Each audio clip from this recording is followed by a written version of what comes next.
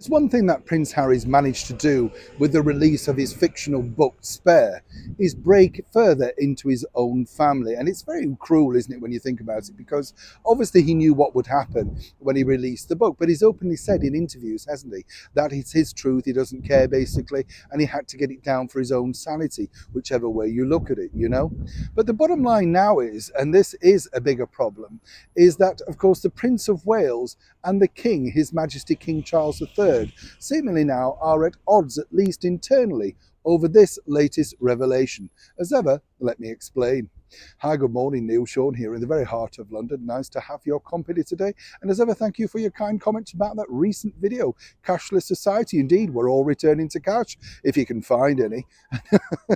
I've got a bag of 2p pieces. I can't wait to take it back to the supermarket and watch their face. It's legal tender.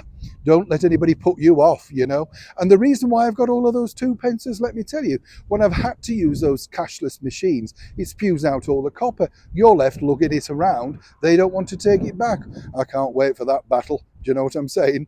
Back as ever to your breaking raw story of the day. This story is really serious, in fact, because as one can imagine, you know, the Prince of Wales has endured a battering over the last week from his younger brother, the former royal known as Prince Harry. And when you think about it, you know, it's really a cruel thing, isn't it? Because they know, Prince Harry and both Meghan Markle, know that the royal family simply don't retaliate.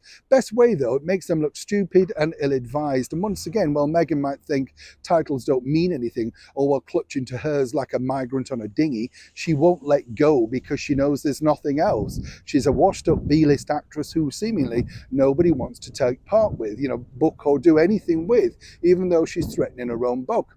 As ever, I'll tell you more about that soon. But what's interesting here now is that the King and the Prince of Wales, Prince William, are at odds.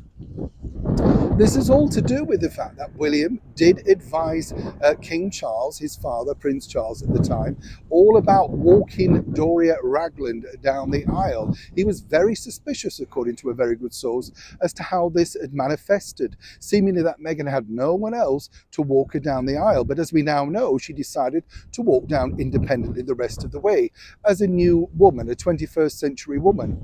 It wouldn't have been tricky for Meghan. It wasn't the first time that she'd arrived at the altar. So again, you know, no ground broken there, even though she'd like to think so. Even the story about the blue patch of the dress has become fanciful in itself, and lots of people, let me tell you, at historical royal palaces are now looking to find this exact piece of blue cloth. So far, nothing back. I'll keep you posted.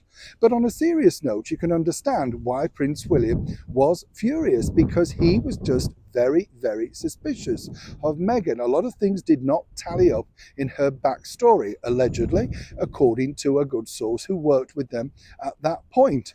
And as I said, there's lots of people hitting back at Meghan and Harry, including former aides who've been given gagging orders and NDAs and stuff like that. They'll just break them through because this book has really opened an avalanche.